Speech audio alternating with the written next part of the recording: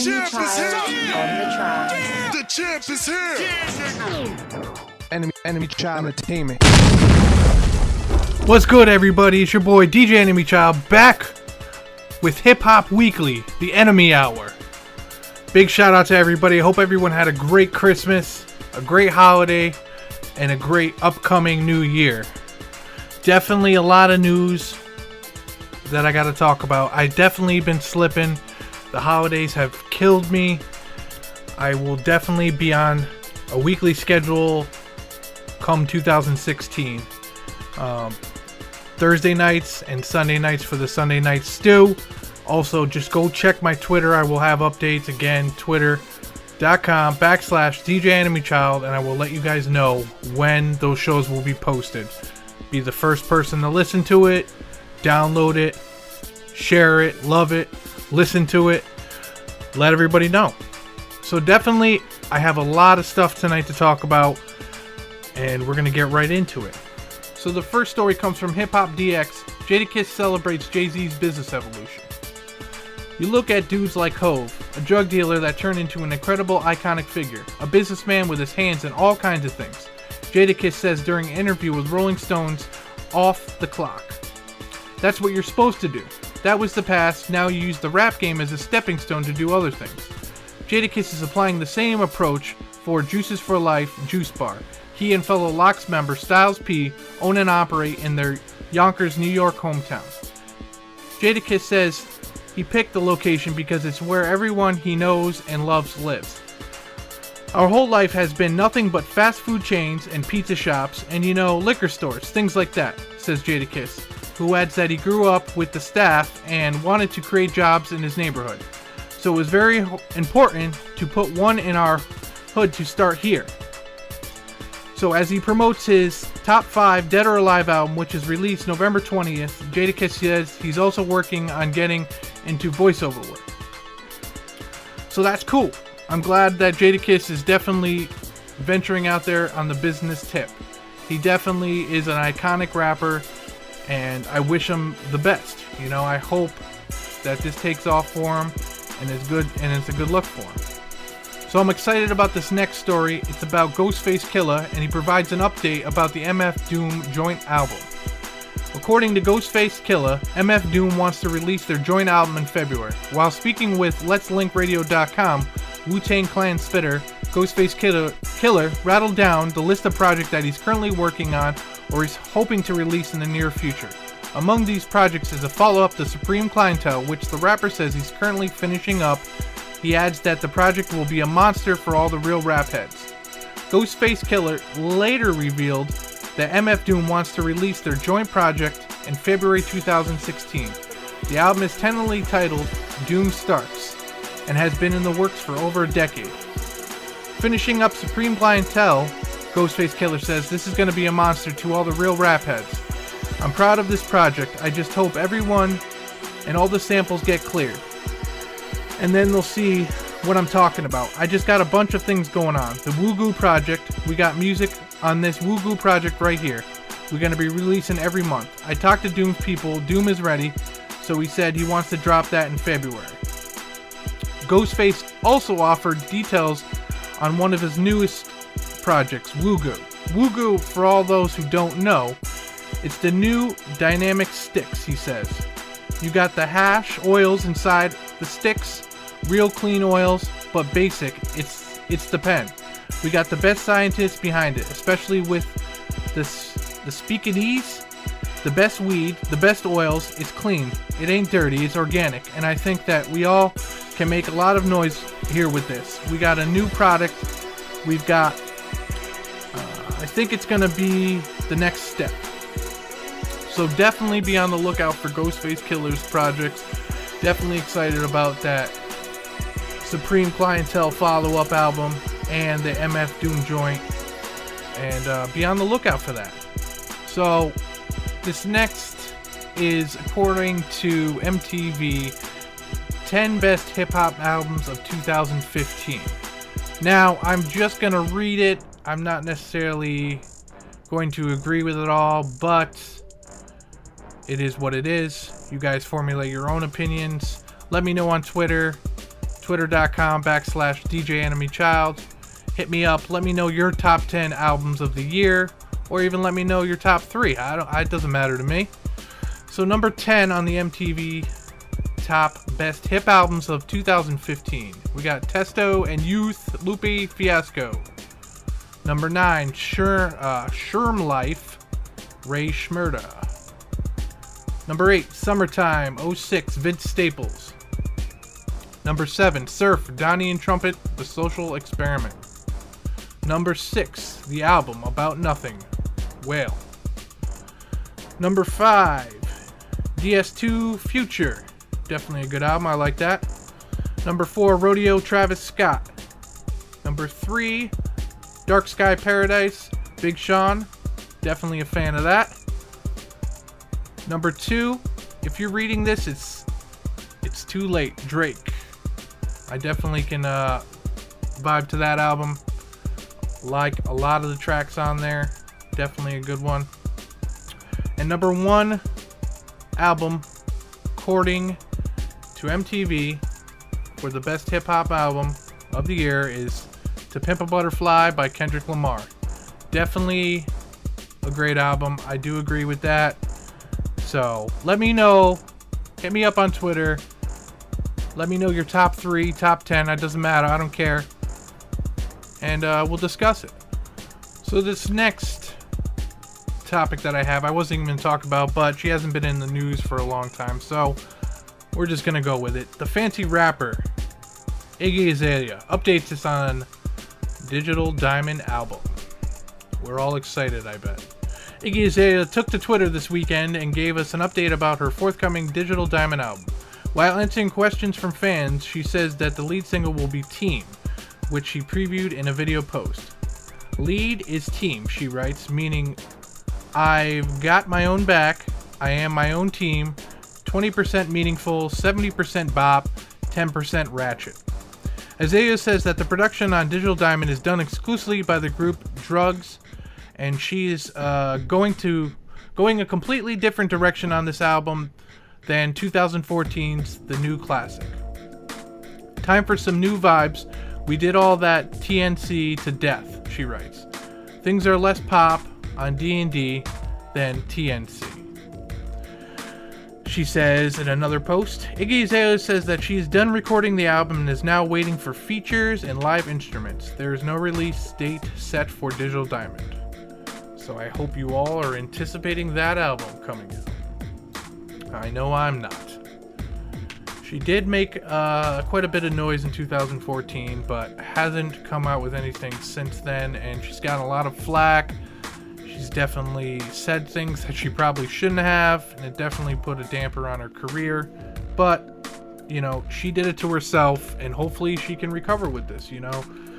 There's not many chick rappers out there right now that I'm hearing that are doing anything, so hopefully she can come back with some decent music that will get people back to liking her.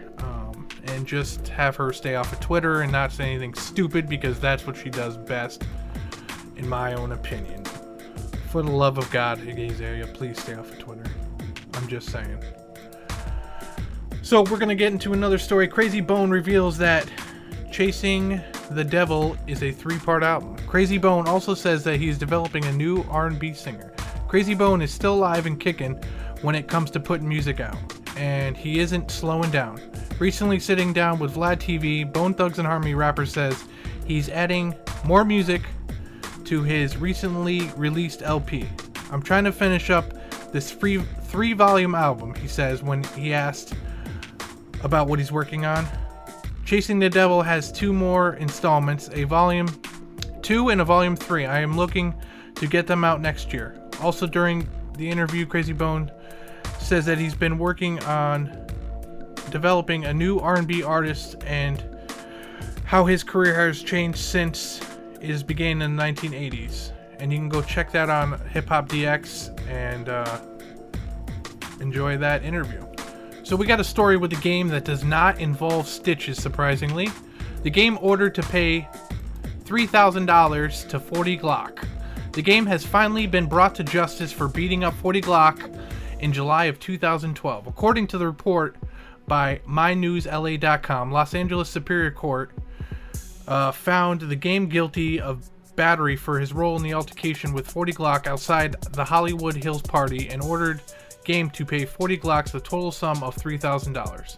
The actual representation of a loss for 40 Glocc, who sued the game for $4.54 million in 2013, citing a variety of damages including PTSD. So this is the breakdown. $500,000 for pain and suffering, $500,000 for emotional distress, $2 million for punitive damages, $25,000 in medical expenses, and $750,000 for lost earnings, which I find that hard to believe.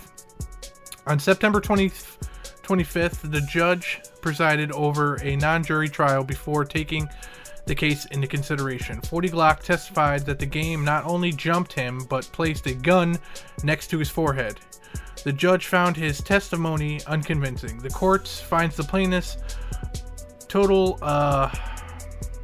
disregard for the truth while testifying results in his failure to carry his burden of proof on all causes of action except for undisputed battery, wrote the judge in a 3-page ruling. Plaintiff testifies of the suffering with post-traumatic stress disorder as a result of the defendant's battery and is not because the prior violence in his life total lacks credibility. Due to 40 Glocc's total disregard for the truth, the game has emerged victorious.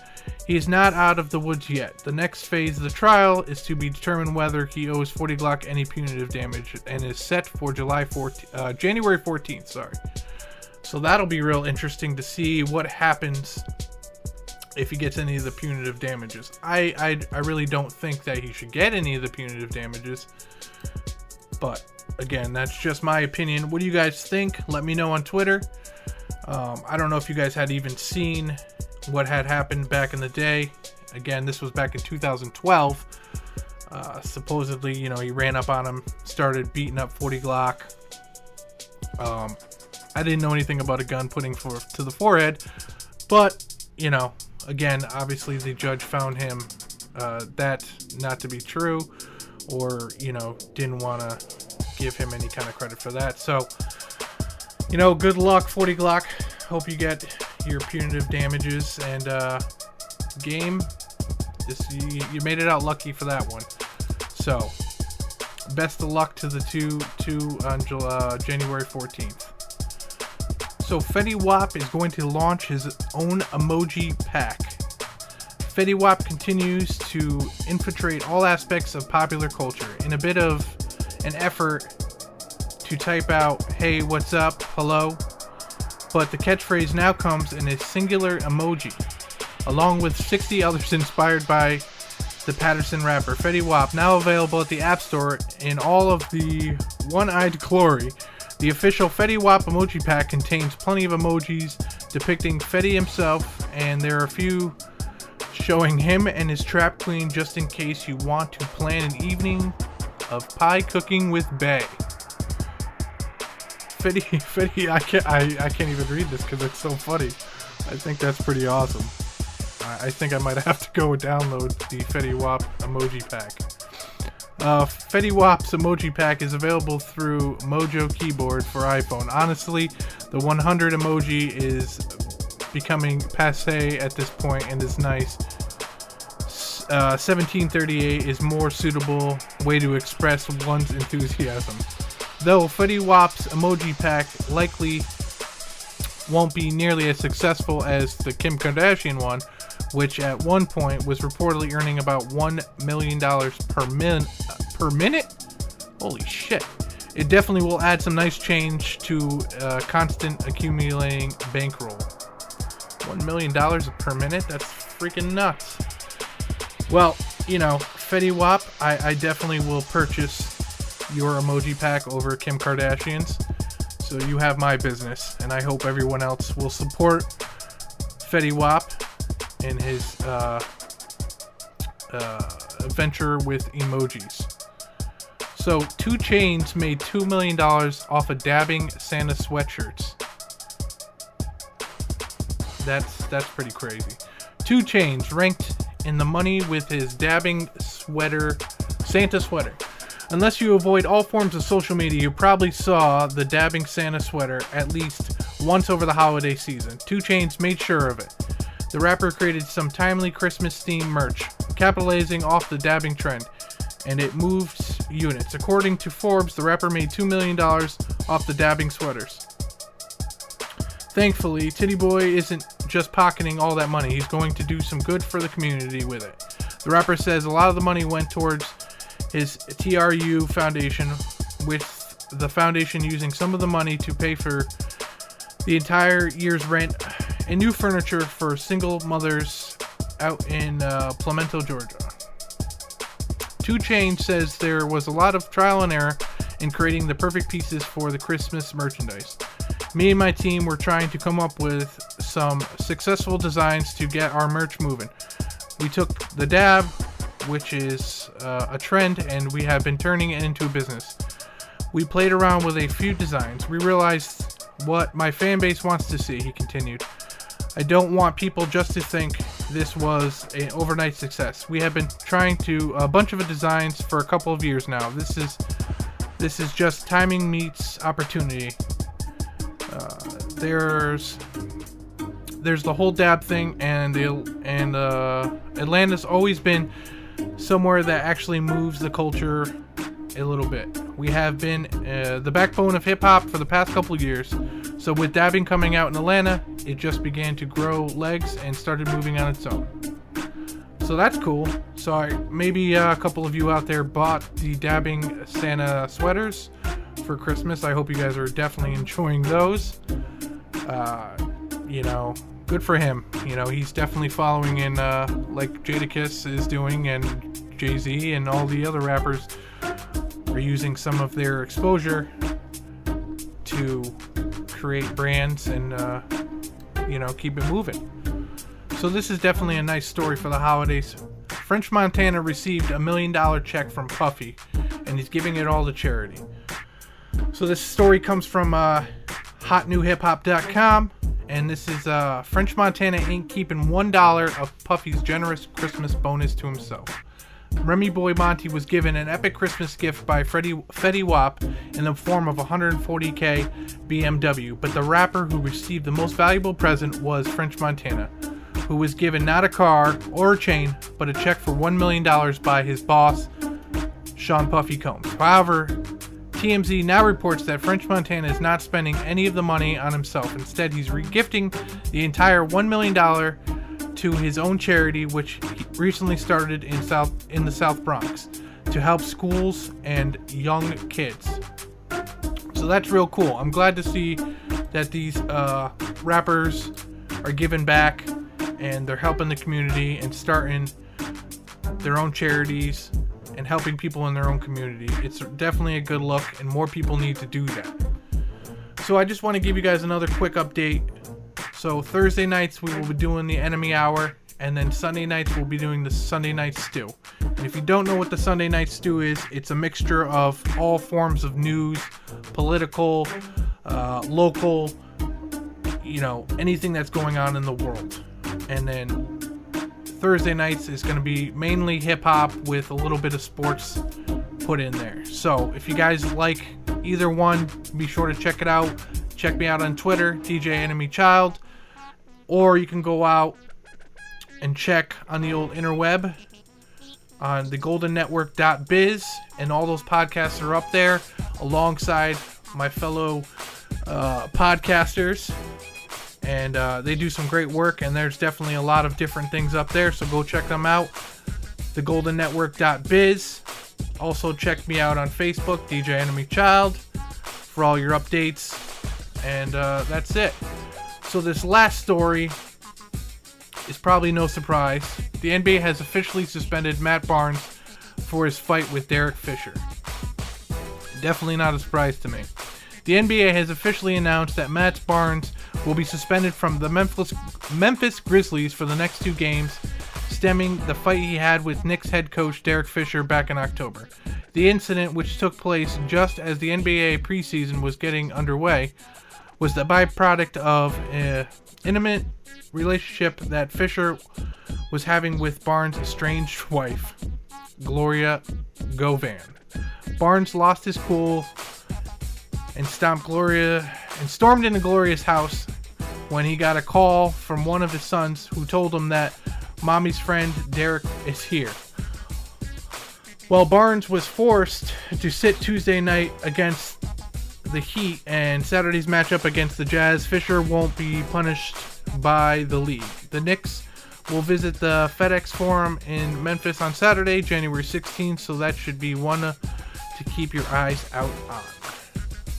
Definitely interesting. You can't sleep with people's wives and not expect to get your ass beat. But, it happens. People are going to kick each other's asses over everything. So, that was the Enemy Hour this week. It's a little bit shorter, but I promise in 2016 we will be going strong and we will definitely be on the grind. So everybody have a great New Year. I hope everyone had a great holiday. So I will see you guys next time. This is DJ Enemy Child on the GoldenNetwork.biz. I'll check you guys later.